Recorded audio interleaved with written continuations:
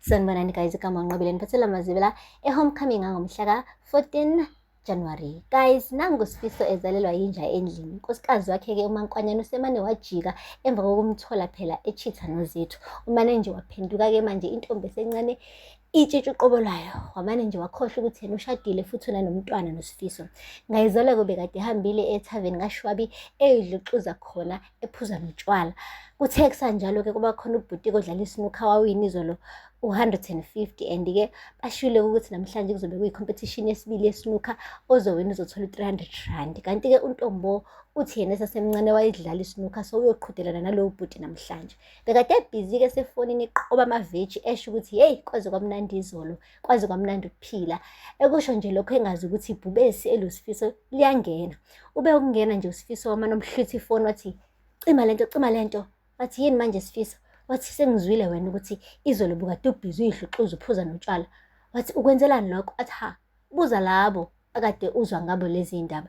Wathi ngampela ungenelwe yini Mankwanyana? Ngakushada wena, ushadile yini le ndlela oyiphetha ngayo? Wathi hey, nami bengishadile ngikuthobela ngenza yonke into.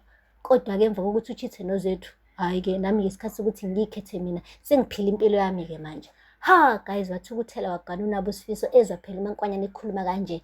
Wathi awubheke ngibhizi ngiyakuphekela la, angithi manje yiphi inkinga yakho? Wathi nje indlela oyiphethe ngayo nje ayingijabulisi neze MaNkwanyana. Wathi nawe indlela kade uyiphethe ngayo bengangijabulisi, ngakho-ke phuma kumina.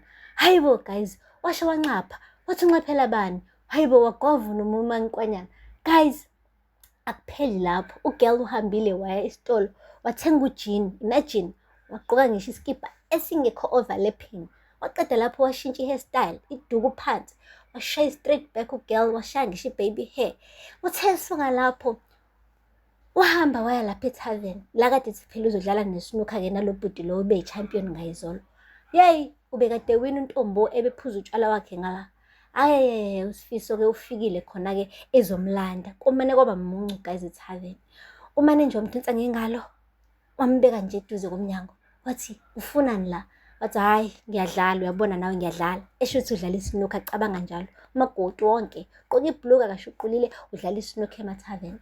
Ube umbuza nje ukuthi ngampela yini le oyenzayo? Udicelela isithunzi sami ngikushadile. Wathi wena esakho ngesikhathi ubhizi noZethu wacabanga ukuthi awusidicileli yini? Mina esami wawuthi mina abantu bangibuka kanjani wena ubhizi noZethu? Hayibo guys, wathi lalela la, ngicela ungeke ngiphile. Ufunani kumina? Ngeke ngiphile impilo yami Sifiso.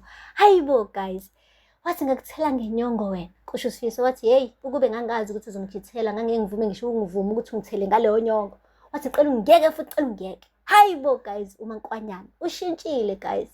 Kaya ngomunye manje umhlathi guys, kaya ngomunye umhlathi. uSifiso akazi ukuthi enze njani. Nalowo Zethu-ke uhambile manje usephendelele eJohannesburg uyofundela phela ukube surgeon and umshiye lapha esigodini okuhambeni kumabheketwane emshadweni wakhe uSifiso guys. Yey, angazi ukuthi yolungiswa kanjani-ke le ingane nje kaMaNkwanyana ihleli nogogo wayo manje sekuyena ugogo ophenduka unina, yena nje usethi manje uyiphilela impilo yakhe ukhohliwe nje ukuthi uke washada.